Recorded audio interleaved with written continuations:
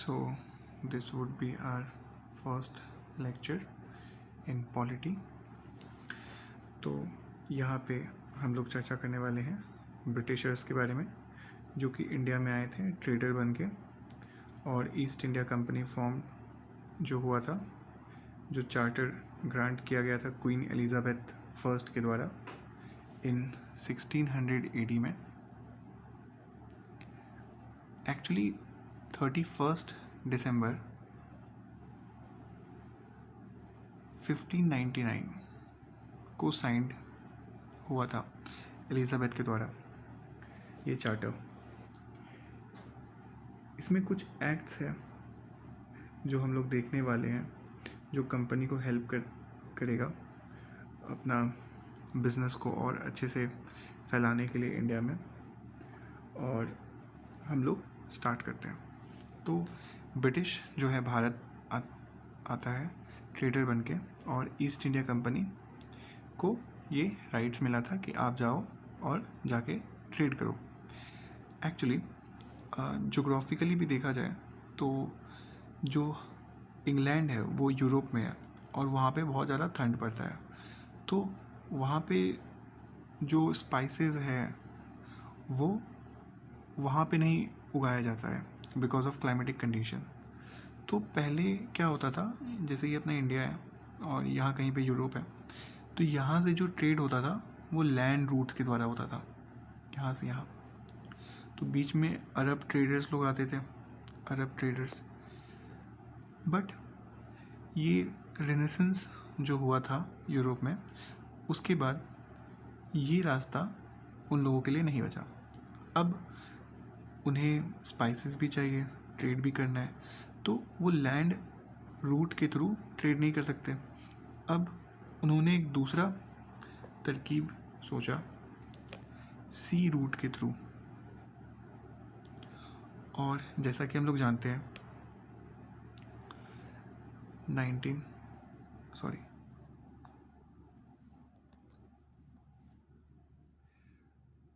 1498 में Vasco da Gama first Portuguese और first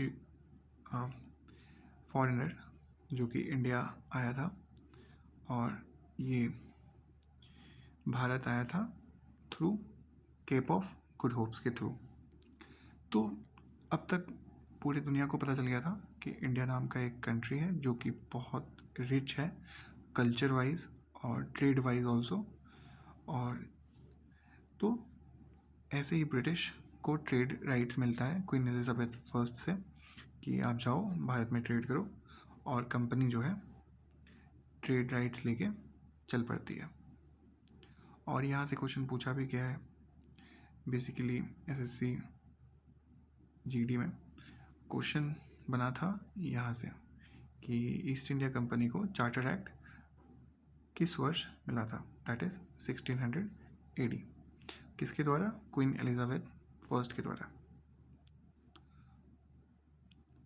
अब हमारा पहला एक्ट है रेगुलेटिंग एक्ट 1773, जिसे हम लोग ईस्ट इंडिया कंपनी एक्ट 1773 के नाम से जानते हैं. ये पहला स्टेप था जो कि ब्रिटिश पार्लियामेंट के द्वारा लिया गया ताकि वो कंट्रोल कर सके और रेगुलेट कर सके जो कुछ भी ईस्ट इंडिया कंपनी कर रहा है भारत में. बिकॉज अगर कुछ गलत कर रही है ईस्ट इंडिया कंपनी तो उससे तो इंग्लैंड का ही नाम खराब होगा, उनके डिग्निटी पे सवाल उठेगा, तो ये वहाँ की रानी कभी नहीं चाहेगी. इसीलिए रेगुलेटिंग एक्ट 1773 को लाया गया. गवर्नर ऑफ बंगाल उस समय हुआ करते थे, उसे चेंज करके governor general of Bengal consider किया गया. अब वॉरेन हेस्टिंग पहले गवर्नर जनरल ऑफ बंगाल बने. ये पहले गवर्नर जनरल थे बंगाल के. यहाँ executive council of governor general को इस्टेब्लिश किया गया, जिसमें 4 मेंबर हुआ करते थे इनिशियली. तो क्या यहाँ पे इम्पोर्टेंट है एग्जीक्यूटिव काउंसिल, और ये कितने मेंबर से है? 4 मेंबर से. यहाँ नोट करने वाली बात यह है कि कोई सेपरेट लेजिस्लेटिव काउंसिल नहीं बनाया गया था. सबऑर्डिनेट था कौन? गवर्नर ऑफ बंगाल और मद्रास किसके? ये गवर्नर जनरल ऑफ बंगाल, मतलब अगर कहा जाए governor general of Bengal superior थे पावर में गवर्नर ऑफ बंगाल और मद्रास से। तो यहाँ पे नोट करने वाली बात क्या क्या है शॉर्ट में, तो रेगुलेटिंग एक्ट 1773 से हम लोग ये देखें कि गवर्नर ऑफ बंगाल को governor general of Bengal consider किया जाने लगा और Lord Warren Hasting first governor general of Bengal बने। एग्जीक्यूटिव काउंसिल का फॉर्मेशन हुआ जिसमें 4 मेंबर थे और ये सवाल एसएससी, सीएपीएफ, एसआई, एनएआई में पूछा गया है। फिर आते हैं रेगुलेटिंग एक्ट 1773, और भी कुछ इसमें देखा जाए तो सुप्रीम कोर्ट का इस्टेब्लिशमेंट होता है थ्रू दिस एक्ट, ये इम्पॉर्टेंट हो जाता है। ये एक्चुअली में जो इस्टेब्लिश हुआ था वो फोर्ट विलियम में ही हुआ था जो कि कलकत्ता में है, और इसे सर्वोच्च एपेक्स कोर्ट माना गया 1774 में। मतलब ये एक मेन, से अभी भी सुप्रीम कोर्ट जो है वो सबसे ऊपर है, हाई कोर्ट, सबऑर्डिनेट कोर्ट ये सबसे ऊपर है। पहले सबऑर्डिनेट कोर्ट, फिर हाई कोर्ट, फिर सुप्रीम कोर्ट। सुप्रीम कोर्ट का फैसला सभी को मानना होगा, तो उस समय भी ऐसा ही था। तो सुप्रीम कोर्ट इस्टेब्लिश होती है 1774 में, और Sir Elijah Impey first chief justice important हो जाता है, और ये सब अदर जजेस हैं वो ये उतने इम्पॉर्टेंट नहीं है जितना ये इम्पॉर्टेंट है। इससे क्वेश्चन भी बना था कई बार, जैसे कि हम लोग देख सकते हैं एनटीपीसी, सीपीओ और सीएचएसएल में पूछा गया। एडमिन रूल, यहाँ पे servants of the company from emerging in any private trade. अब देखो होता क्या था, जैसे सिलाइव के बारे में कहा जाता है, तो जो सिलाइव थे वो जब रिटायर होके भारत से लौटे थे इंग्लैंड, तो उनके पास बहुत पैसा था। तो वहाँ के जो पार्लियामेंट मेंबर्स थे ये बात उनको खटकता था कि ये लोग ईस्ट इंडिया कंपनी में काम करने वाले के पास इतना पैसा, इतना वेल्थ, जब रिटायर हुए तो हुआ करता था। तो उन्होंने इसमें रोक लगा दिया, प्राइवेट ट्रेड या ब्राइव लेना ये सब बंद हो गया। फिर बोर्ड ऑफ डायरेक्टर्स का इस्टेब्लिशमेंट होता है, ये गवर्निंग बॉडी हुआ करता था, और ये जो है रिपोर्ट करता है रेवेन्यू के बारे में, किसको, डायरेक्ट ब्रिटिश को। मतलब आप ऐसा सोच सकते हैं कि इंडिया में कुछ भी हो रहा है ये इसके ऊपर नज़र रखेगा रेवेन्यू के ऊपर में, और ये किसे जाके बोलेगा, इंग्लैंड को जाके बताएगा कि ऐसा ऐसा हो रहा है। तो इसलिए ये इम्पॉर्टेंट हो जाता है क्या चीज़, बोर्ड ऑफ डायरेक्टर्स। तो उस समय 24 बोर्ड ऑफ डायरेक्टर्स अपॉइंट किए गए। ईस्ट इंडिया कंपनी को 20 साल तक ट्रेड करने का राइट्स मिला ब्रिटिश पार्लियामेंट से। फिर आता है पिट इंडिया एक्ट 1784, ये उतना इम्पोर्टेंट नहीं रह जाता है जितना 1773 इम्पॉर्टेंट है, बट कुछ कुछ इसमें करेक्शन करना था वो 1784 में होता है। Act of parliament of great Britain intend to address the shortcoming of regulating act of 1773, जैसा कि मैंने कहा, by placing India affairs under direct control of the British government. तो जैसे ब्रिटिश जो है डायरेक्टर्स यहाँ पे इस्टेब्लिश करते हैं बोर्ड ऑफ डायरेक्टर्स, ताकि कंट्रोल कर पाए रेवेन्यू को भारत का ईस्ट इंडिया कंपनी के द्वारा जो जनरेट किया जा रहा है। तो अब यहाँ पे कोर्ट ऑफ डायरेक्टर्स और बोर्ड ऑफ डायरेक्टर्स का अलग अलग फंक्शन बताया गया। जो कोर्ट ऑफ डायरेक्टर्स है वो कमर्शियल फंक्शन परफॉर्म करेंगे, और जो बोर्ड ऑफ डायरेक्टर्स है वो पॉलिटिकल अफेयर्स देखेंगे, मतलब कौन सा राजा बात मान रहा है कौन सा नहीं।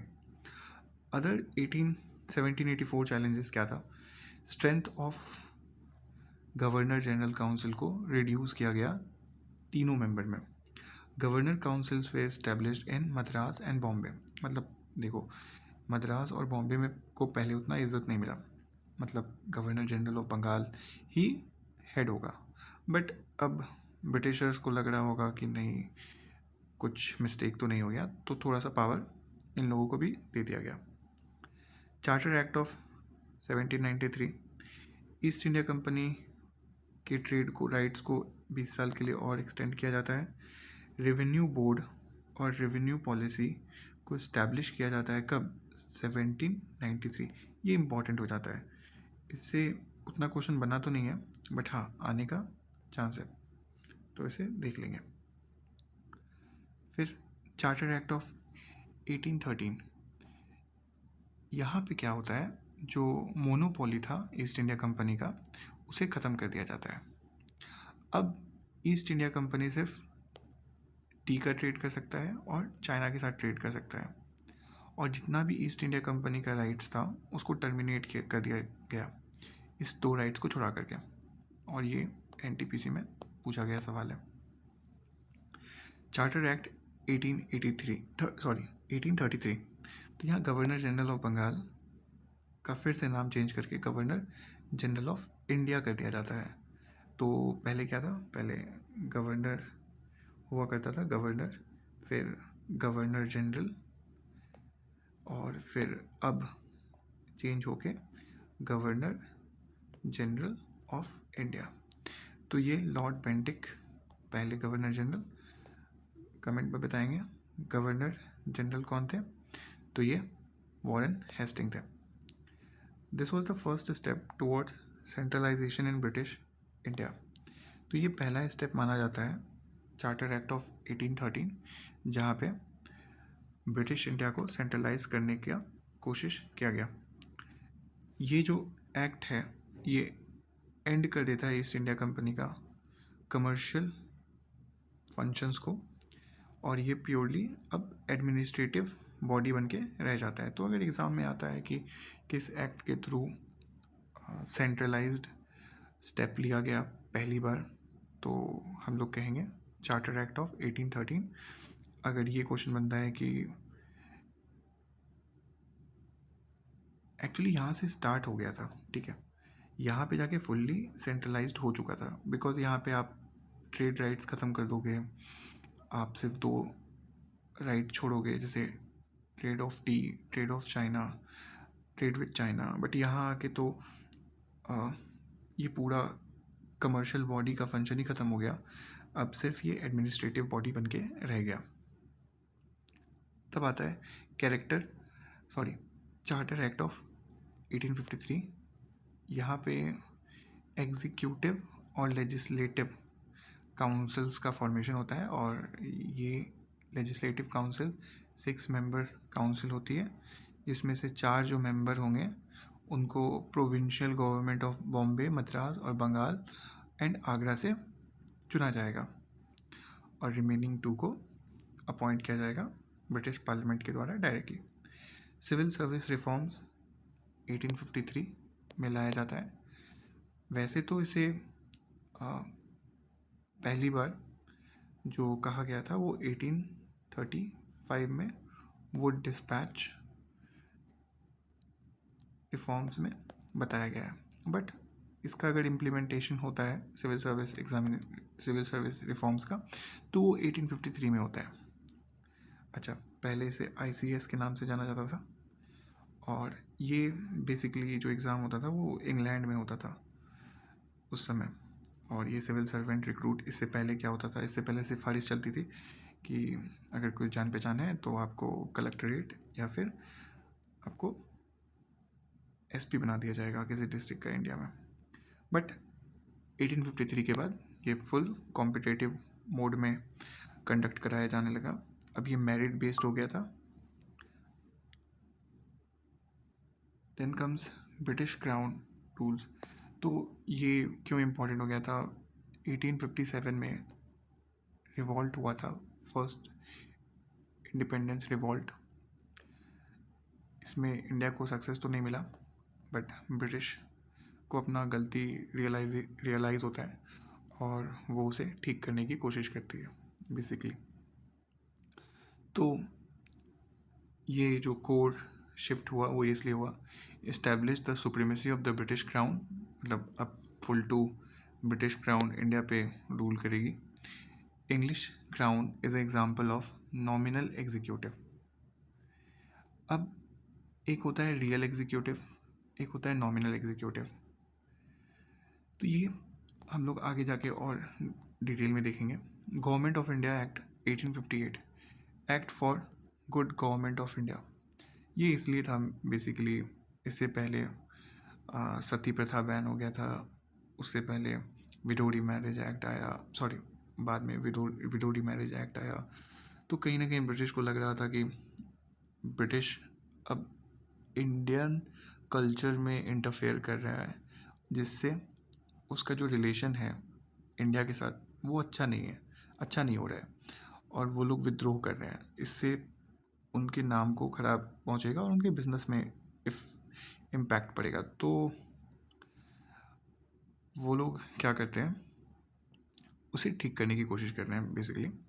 तो यहाँ पे secretary of state for India चुना जाएगा, पर ये कभी इंडिया में आएगा नहीं, मतलब ये इंग्लैंड में ही रहेगा, वहीं के पार्लियामेंट से, और कैबिनेट मेंबर्स से मतलब होगा कोई ना कोई जो secretary of state for India appoint किया जाएगा।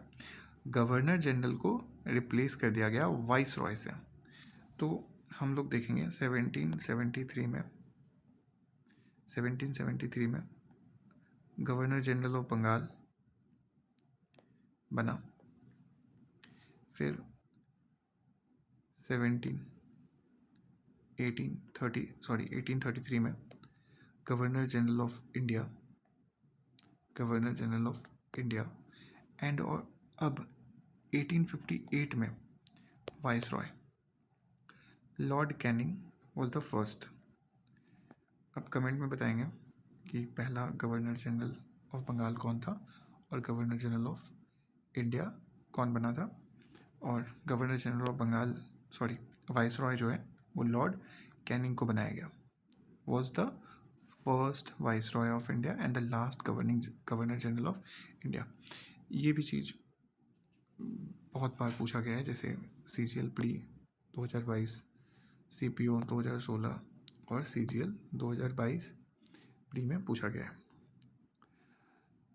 यहाँ पे कोर्ट ऑफ डायरेक्टर्स एंड इनका कंट्रोल को अबॉलिश कर दिया जाता है, जो कि हम लोग देखे थे 1773 में इस्टेब्लिश किया गया था, बट 1858 में इसे अबॉलिश कर दिया जाता है।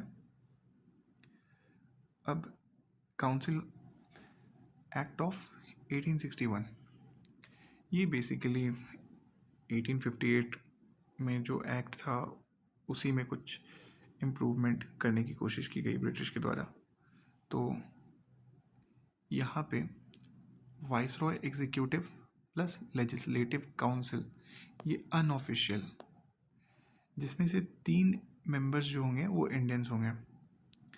अब उस समय का ये सिचुएशन हो गया था कि इंडियंस लोग एजुकेटेड हो रहे थे और उन्हें दिख रहा था कि जो भारत के लिए फ़ैसला ले रहे हैं उनमें से कोई भारतीय तो है नहीं। तो ये बात ब्रिटिश को भी कहीं ना कहीं पता थी। तो इसलिए ये प्रपोज़ल आया कि जो होंगे उसमें 3 मेंबर जो होंगे वो इंडियन होंगे, बट उनका कोई रोल नहीं रहेगा, बस मतलब नाम के बस रहेगा, मतलब उनका फ़ैसला उतना इम्पैक्ट नहीं करेगा। तो 1860 में फर्स्ट इंडियन बजट प्रेजेंट किया गया जेम्स विल्सन के द्वारा। इनकम टैक्स इंट्रोड्यूस किया गया फर्स्ट टाइम। तो ये अगर क्वेश्चन बनता है कि कब पहला इनकम टैक्स कंसेप्ट आया था भारत में, तो वो था 1860 में।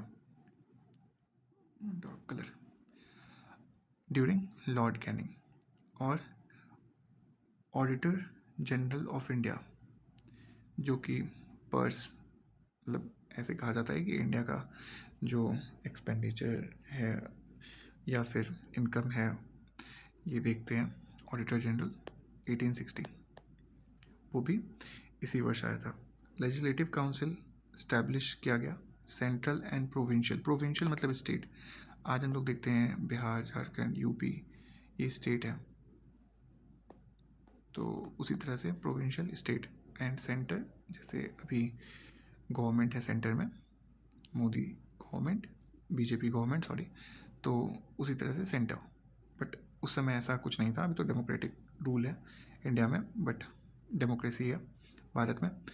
उस समय ऐसा नहीं था। सेंट्रल मतलब हो गया यहाँ पे vice Roy, and provincial provinces मतलब हो गया, जैसे उस समय मद्रास हुआ करता था, बॉम्बे हुआ करता था, इसी तरह और प्रोविंसेस में बांटा गया था, आगरा हो गया, तो ये हो गया provinces.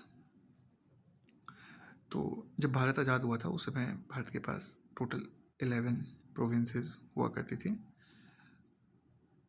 Initiated the process of decentralisation, मतलब अब यहाँ पे ब्रिटिश क्या कर रहा है, ब्रिटिश बहुत ज़्यादा सेंट्रलाइज हो चुका था, अब यहाँ से डिसेंट्रलाइजेशन स्टार्ट हुआ by restoring the legislative power to Bombay and Madras provinces. Indian council act of 1892 ये इंट्रोड्यूस करता है इनडायरेक्ट इलेक्शन। तो ये भी इम्पोर्टेंट हो जाता है कि इनडायरेक्ट इलेक्शन कब इंट्रोड्यूस हुआ।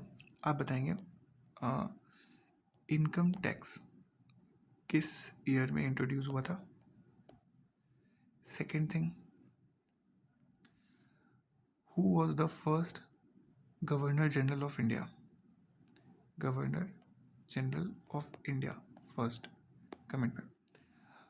अब enlarge the functions of the legislative council, तो 1861 में क्या हुआ था, जो मेंबर लेजिस्लेटिव काउंसिल बनाया गया था उसको इनलार्ज किया गया, बेसिकली 6 to 16 किया गया, और ये पावर देता है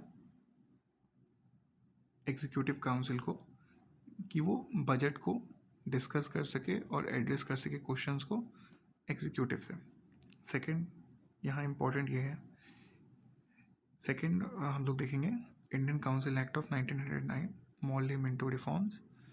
मॉर्ले जो थे वो स्टेट सेक्रेटरी, मैंने बताया जैसे 1858 में ये फैसला लिया गया कि स्टेट सेक्रेटरी होंगे वो कैबिनेट से ही कोई होगा, वो भारत का नहीं होगा, वो इंग्लैंड कैबिनेट जो वहाँ गवर्नमेंट है उन्हीं के जो कैबिनेट मिनिस्टर होंगे उन्हीं में से किसी को चुन लिया जाएगा स्टेट सेक्रेटरी। एंड मिंटो उस समय के वाइस रॉय थे 1909 के इंडिया के। तो डायरेक्ट इलेक्शन कराया गया लेजिस्लेटिव काउंसिल्स के लिए, ये फर्स्ट टाइम था। इलेक्टेड रिप्रेजेंटेटिव्स लेजिस्लेटिव काउंसिल्स में जाएंगे और इलेक्शंस हुआ जिसमें इंडियंस को भी पार्टिसिपेट करने का मौका मिला, और इंडियंस लोग सेलेक्ट भी हुए थे, मतलब इलेक्ट भी हुए थे वेरियस लेजिस्लेटिव काउंसिल्स में से। अब यहाँ पे सीट जो कि 1892 में 6 to 16 कर दिया गया था, यहाँ पे 16 to 60।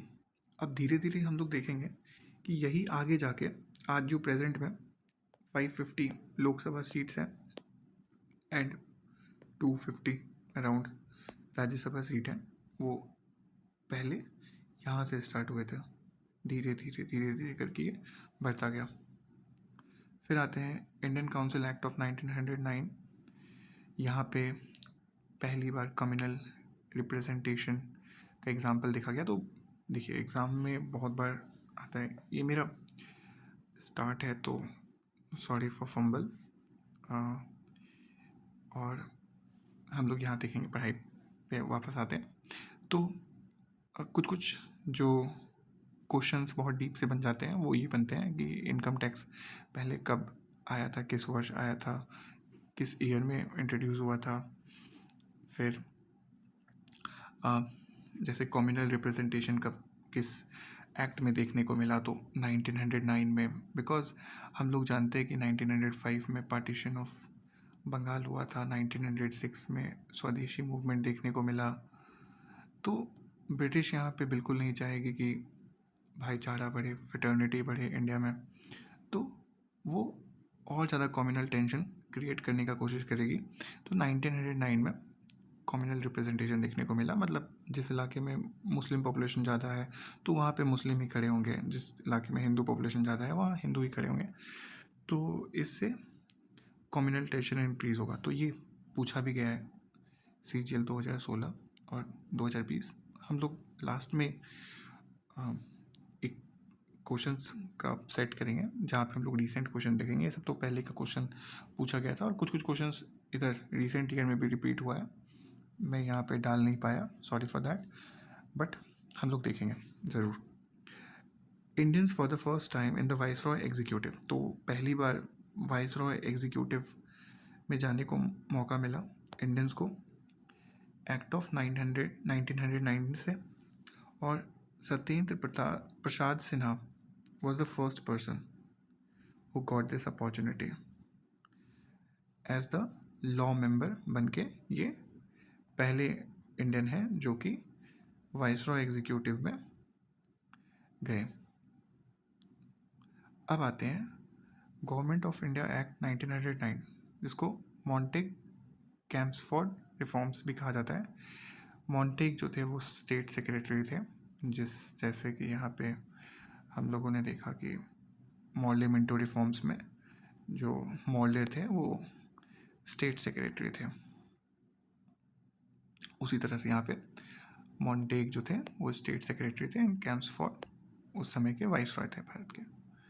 अब यहाँ पे डिमार्केट, जो सब्जेक्ट्स को डिमार्केट किया है, जैसे हम लोग देखें कि प्रोविंशियल और सेंट्रल, और आप कमेंट में बताएंगे कि किस ईयर से जो ये डिसेंट्रलाइजेशन स्टार्ट हुआ था। तो यहाँ तक काफ़ी कुछ डिसेंट्रलाइज हो चुका है, अब पावर को डिवाइड करने की बात चल रही है। तो प्रोविंशियल सब्जेक्ट था और सेंट्रल सब्जेक्ट हुआ करते थे। अब प्रोविंशियल सब्जेक्ट में दो तरह के, एक तो ट्रांसफर्ड और एक रिजर्व्ड। यहाँ पे डायरकी कहा जाता है, तो अगर ऐसे एग्ज़ाम में डायरेक्ट आता है कि डायरकी टर्म आता है, तो हम लोग उसको रिलेट करते हैं 1919 से, 1919 से, एक्ट ऑफ 1919 से। और इसमें काफ़ी बार क्वेश्चन पूछा गया है, जैसे कि हम लोग यहाँ देख सकते हैं। अब टॉपिक पे आते हैं, रिजर्व सब्जेक्ट, जहाँ पे गवर्नर रिस्पॉन्सिबल नहीं होगा लेजिस्लेटिव काउंसिल के सामने, उसे रिजर्व सब्जेक्ट में डाला गया प्रोविंशियल गवर्नमेंट पे। एक होता है ट्रांसफर्ड सब्जेक्ट। अब आते हैं government of India. We are not preparing for UPSC, that's why I am not going in deep, और वीडियो काफ़ी लंबा हो जाएगा, तो कुछ एडवांटेज रखने के लिए ये बेसिकली एसएससी और रेलवे के लिए हेल्पफुल है, और जैसे आईबी, ये सब एग्ज़ाम वनडे एग्ज़ाम्स के लिए, इसलिए मैं इसे डीप में नहीं करा रहा हूँ। गवर्नमेंट ऑफ इंडिया एक्ट 1919 आगे, तो इस वक्त तक लेजिस्लेटिव असेंबली में टोटल 140 मेंबर्स हो चुके थे, जबकि 1909 में हम लोगों ने देखा कि अभी तक 60 मेंबर्स हुए थे, अब यहाँ पे 140।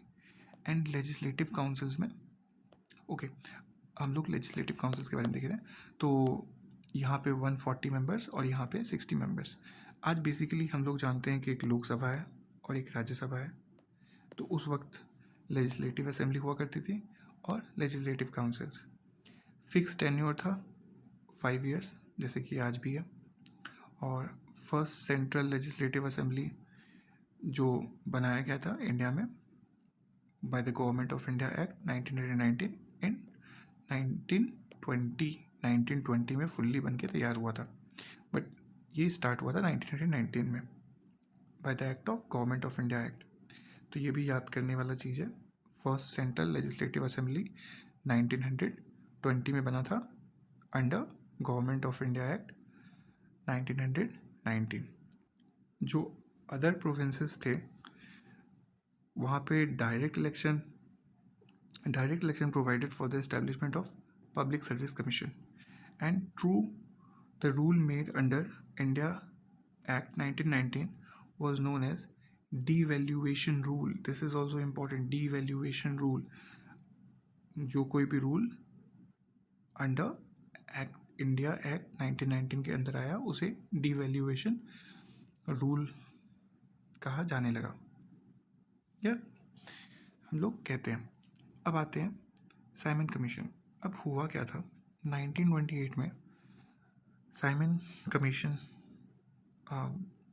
भेजा गया ब्रिटिश के द्वारा। बेसिकली ये था क्या कि कैसे इंडिया में रूल किया जा रहा है, ये वहाँ के पार्लियामेंट को जानना था, क्या क्या रिफॉर्म्स लाया जा सकता है और बेटर करने के लिए ब्रिटिश गवर्नमेंट को इंडिया में। तो इसके लिए साइमन कमीशन को भेजा गया। अब यहाँ पे मेन प्रॉब्लम ये था, इसमें से 7 ब्रिटिश मेंबर थे और एक भी इंडियन मेंबर नहीं था। ये जॉन साइमन हेड थे। ये भारत आता है 1928 में एंड इसका जमकर प्रोटेस्ट होता है।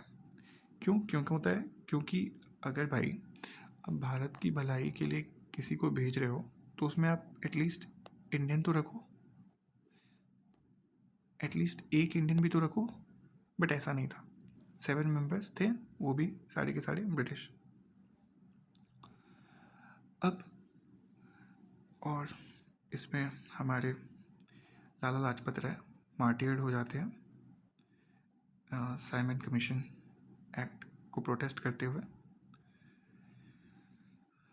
गवर्नमेंट ऑफ इंडिया एक्ट 1935 ये काफ़ी बड़ा एक्ट है और इसका इम्पोर्टेंस ये इसलिए भी है, जो लास्ट के 2 एक्ट हो जाते हैं ना, वो इसलिए भी इम्पोर्टेंट है क्योंकि करंट में जो इंडिया का स्टैंड है, पॉलिटिकल स्टैंड है, वो इस पे बहुत डिपेंड करता है। हमारा जो कॉन्स्टिट्यूशन है वो बहुत सारा provinces government of India act 1935 और गवर्नमेंट ऑफ इंडिया एक्ट 1990 से इंस्पायर्ड है। पूरी तरीके से नहीं, बट बहुत सारे पार्ट्स, टर्म्स हमारे कॉन्स्टिट्यूशन में इंक्लूडेड है इन एक्ट से, इसलिए भी ये इम्पॉर्टेंट हो जाता है। तो साइमन कमीशन की रिपोर्ट के हिसाब से क्या क्या क्या सुझाया गया था ब्रिटिश पार्लियामेंट को, जो इंडियन रूल्स रेगुलेशन में सुधार कर सकते हैं ताकि उनको इंडिया में गवर्न करना आसान हो। फेडरेशन आइडिया क्या था? Provided for the establishment of all India federation consisting of the provinces and princely state as unit. यहाँ पे बेसिकली वो चाहते थे कि जो प्रोविंसेस हैं और जो प्रिंसली स्टेट हैं उनको एक कर दिया जाए, मतलब एक एज ए यूनिट को देखा जाए, जो कि 1919 में जो डायरकी सिस्टम था सेंट्रल एंड प्रोविंसेस, उसे एक किए जाने की बात कही गई है। जो प्रोविंशियल चेंजेस हैं ये अबॉलिश करता है डायरकी को और ये प्रोविंशियल ऑटोनॉमी की डिमांड करता है ये एक्ट। और ये जो प्रीवियस डिस्ट्रीब्यूशन था लेजिस्लेटिव पावर्स का सेंटर और प्रोविंसेस के बीच में, उसको भी कुछ हद तक कम करने की कोशिश करता है। यहाँ पे फेडरल लिस्ट में 59 आइटम्स थे, अभी अभी हमारे पास जो सेंट्रल लिस्ट है वहाँ पे मोर देन 100 है। प्रोविंशियल लिस्ट 54 उस वक्त और 36 यहाँ, और जो मैंने अभी कहा 100 वो करंट सिनेरियो है। हम लोग देखेंगे शेड्यूल तो वहाँ पे पढ़ेंगे इसके बारे में, सेंट्रल लिस्ट क्या होता है और स्टेट लिस्ट क्या होता है और कॉन्करेंट लिस्ट क्या होता है। Government of India act of 1935 यहाँ पे असम, बंगाल, बॉम्बे, बिहार, मद्रास और यूनाइटेड प्रोविंसेस, ये बेसिकली यूपी, करंट का जो यूपी है, पहले हिमाचल प्रदेश भी इसी का पार्ट था, तो ये यूनाइटेड प्रोविंसेस। यहाँ पे यूनाइटेड प्रोविंसेस के पास ज़्यादातर रिप्रेजेंटेशन रहता है कॉन्स्टिट्यूएंट असेंबली में, मतलब ज़्यादातर यहाँ के मेंबर्स कॉन्स्टिट्यूएंट असेंबली में इलेक्ट होके जाते हैं। मतलब नंबर अभी आप देखेंगे बीजेपी जो यूपी है वहाँ पे 80 लोकसभा सीट्स हैं। तो ऐसा कहा जाता है कि भारत का प्रधानमंत्री यूपी ही डिसाइड करती है। सो यहाँ पे फेडरल कोर्ट्स के इस्टेब्लिशमेंट की बात की गई है, काउंसिल ऑफ इंडिया की abolish the council of India, और यहाँ सिस्टम ऑफ डायरकी को इंट्रोड्यूस किया गया सेंटर लेवल पे। तो ये इम्पॉर्टेंट हो जाता है इसलिए 1935 का government of India act. Then इसी को आगे देखते हुए ये जो कॉन्स्टिट्यूशन ऑफ इंडिया है वो अडॉप्ट करता है मोस्ट ऑफ अपना जो इंस्टीट्यूशनल फ्रेमवर्क है और प्रोसीजर है डिटेल में, जो ब्रिटिश कॉन्स्टिट्यूएंट और गवर्नमेंट एक्ट 1935 से ये मोस्ट इन्फ्लुएंसिंग है। जैसे मैंने आपको पहले ही बताया, इंडियन कॉन्स्टिट्यूशन में मेजॉरिटी ऑफ चीज़ें आपको इंडिया एक्ट ऑफ 1935 से देखने को मिलेगी।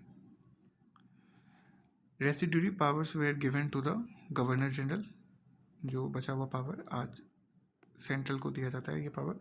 Election of provincial legislative and minstrel held in 1937, तो पहली बार इसका जो इलेक्शन हुआ था वो 1937 में हुआ था।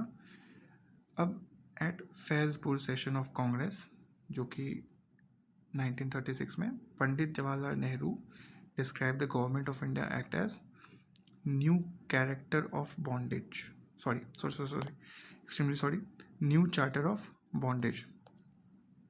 क्योंकि यहाँ पे बेसिकली जो इंडियन सिटीज़न है उनको लुभाया जा रहा है, उनको पेडिग्री दिखाया जा रहा है कि sorry for using this word, but एक तरह से उन लोगों को खुश किया जाने के लिए ये एक्ट लाया गया ताकि और आगे साल तक ब्रिटिश इंडिया पे राज कर सके।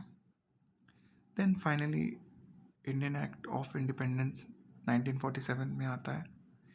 यहाँ पे इंडिया इंडिपेंडेंट डिक्लेयर किया जाता है एंड सोवरेन। सोवरेन का मतलब होता है कि ये विदाउट एनी एक्सटर्नल इन्फ्लुएंस के अच्छे से चल सके। जैसे आजकल कैसे कह सकते हैं कि दूसरे कंट्री के इन्फ्लुएंस में आके कोई कंट्री फैसला सुनाता है या उसके कंट्रोल में रहता है, तो वैसा नहीं, वो अपना फैसला खुद ले सके, उसे हम लोग सोवरेन स्टेट कहेंगे। तो यहाँ पे दो कंट्री बनता है as we know, India and Pakistan.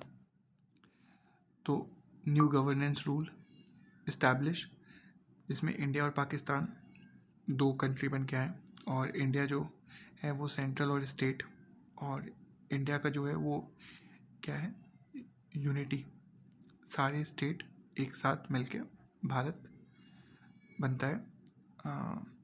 तो इंडिया एक बहुत सारे स्टेट को मिला करके एक कंट्री है। डेजिग्नेटेड द वाइसरॉय, जो ये पोस्ट था वाइसरॉय का, उसे ख़त्म किया जाता है, और provincial governors as the constitution normal heads. जैसे हम लोग नॉमिनल हेड देखे थे, वैसे जैसे वाइसरॉय ऑफ इंडिया अभी की सिनेरियो में अगर देखा जाए तो प्रेसिडेंट जो है, मतलब फुल्ली तो नहीं कह सकते बट प्रेसिडेंट वैसे ही नॉमिनल हेड हुए जैसे, और जो स्टेट में गवर्नर्स होते हैं वो भी नॉमिनल हेड। तो हम लोग कह सकते हैं कि ये जो आइडिया है वहीं से आया होगा। कॉन्स्टिट्यूएंट असेंबली, तो यहाँ पे dual function of the constituent assembly, constituent and legislative. तो ये लॉ बनाएगी भी और लॉ को पारित भी करेगी, जैसे लेजिस्लेटिव और कॉन्स्टिट्यूटिव बनाना और उसे चलाना, उसमें सुधार करते रहना। अब declare this domain legislative as a sovereign body. Sovereign as we have said early, as I have said early, इसका मतलब होता है without any influence of others. तो इंडिया इंडिपेंडेंस अटेन करता है ऐसे तो ब्रिटिश रॉयल एसेंट के द्वारा जुलाई 1947, बट 15 अगस्त को भारत आज़ाद होता है। बट इंडिया इंडिपेंडेंस एक्ट आपका जुलाई 1947 में पास होता है। Important facts and administration and laws, तो law made before charter act 1833, इसको रेगुलेशंस कहा जाता था, और अब इसे एक्ट्स कहा जाने लगा। बेसिकली 1833 से पहले रेगुलेशन एंड 1833 के बाद एक्ट्स, सिर्फ नाम का फ़र्क है। लॉर्ड वॉरेन हेस्टिंग को क्रेडिट दिया जाता है office of direct controller in 1772 and judicial power को सेपरेट करने के लिए लॉर्ड वॉरेन हेस्टिंग, नाम याद रखेंगे। Important facts, local governance milestone, lord Mayo finance decentralisation के लिए जाने जाते हैं, और local self government, as he is considered father of local self government, 1870, ये याद रखेंगे, ये बहुत इंपॉर्टेंट हो जाता है एग्जाम्स के पर्सपेक्टिव से। Lord Ripon Magna Carta of local self governance, ये मैं डिस्कस करने जाऊँ तो एक लंबा स्टोरी हो जाएगा। शॉर्ट में ये कुछ ऐसा है कि उस समय जजेस को लेके था, जैसे जो यूरोपियन क्रिमिनल्स होंगे उनका जो जज होगा वो एक यूरोपियन ही होना चाहिए, ऐसा कुछ। तो वो सबको रिलेटेड कुछ इशू थे जो लॉर्ड रिपन जी ने सजेस्ट किया, बट ब्रिटिश को इनका सजेशन पसंद नहीं आया तो इन्हें बाद में बदल दिया जाता है। But Magna Carta of local self governance, Lord Ripon, इन्हें father of local self government कहा जाता है। सॉरी, मैंने यहाँ पे थोड़ा सा गलत कर दिया, तो इसे सुधारेंगे। Local self government in India का फादर किसे कहा जाता है? लॉर्ड रिपन को। बट लॉर्ड मेयो ने पहली बार लोकल सेल्फ गवर्नमेंट को इंट्रोड्यूस किया था। और charter act 1833 most important act, 1909 के पहले वाला। इसके बाद वाला 1858 या 1861 या फिर 1992, ये उतना नहीं, बट फिर भी हम लोग याद रखेंगे। यहाँ पे important facts, legacies in modern India, जैसे जो एग्जीक्यूटिव काउंसिल्स था जो कि 1919 एक्ट में बताया गया है, वो एडवाइस करता था वाइस रॉय को टिल 1947 तक। अब जो मॉडर्न एग्जीक्यूटिव है, जिसको हम लोग काउंसिल ऑफ मिनिस्टर्स कहते हैं, वो इसको कंटिन्यू करता है और ये लेगेसी को बरकरार रखता है, legacy to the executive council. उस समय लेजिस्लेटिव काउंसिल एंड असेंबलीज अब जो है वो राज्यसभा और लोकसभा के नाम से हम लोग जानते हैं इंडिपेंडेंट इंडिया में। Then important facts, courts and freedom struggles, early judicial milestone, तो 1800 में किंग जॉर्ज सुप्रीम कोर्ट का इस्टेब्लिशमेंट करते हैं इन मद्रास। हम लोग देख चुके हैं कि 1773 में फोर्ट विलियम में इस्टेब्लिशमेंट होता है सुप्रीम कोर्ट ऑफ इंडिया का। बट 1800 में किंग जॉर्ज के द्वारा सुप्रीम कोर्ट का इस्टेब्लिशमेंट होता है मद्रास में। जो फाइनल पुश है इंडिपेंडेंस में, क्विट इंडिया मूवमेंट, इम्पॉर्टेंट हो जाता है। ये फ्रीडम स्ट्रगल ऑफ इंडिया, ये 1942 में महात्मा गांधी द्वारा चलाया गया था। इसमें बहुत फ्रीडम फाइटर्स ने पार्टिसिपेट किया और ये बहुत सक्सेसफुल रहा। इफ़ेक्ट क्या था? गवर्नमेंट ऑफ ब्रिटेन प्रेशराइज्ड होती है और वो भारत को आज़ाद करने का फैसला लेती है। रिज़ल्ट क्या होता है? कैबिनेट मिशन टू इंडिया, और इस तरह से हमें आज़ादी मिलती है। So this was my first time with you, and I thought it is important because इतना ज़्यादा पेड कोर्सेज होती है और वो 1.5 घंटा का होता है, तो मैं कोशिश कर रहा हूँ कि मैं इसे छोटा से छोटा रख सकूँ और ज़्यादा से ज़्यादा एडवांटेज हो सके आप सभी को। So thank you, and if you like it then please like it, subscribe and comment. Thank you.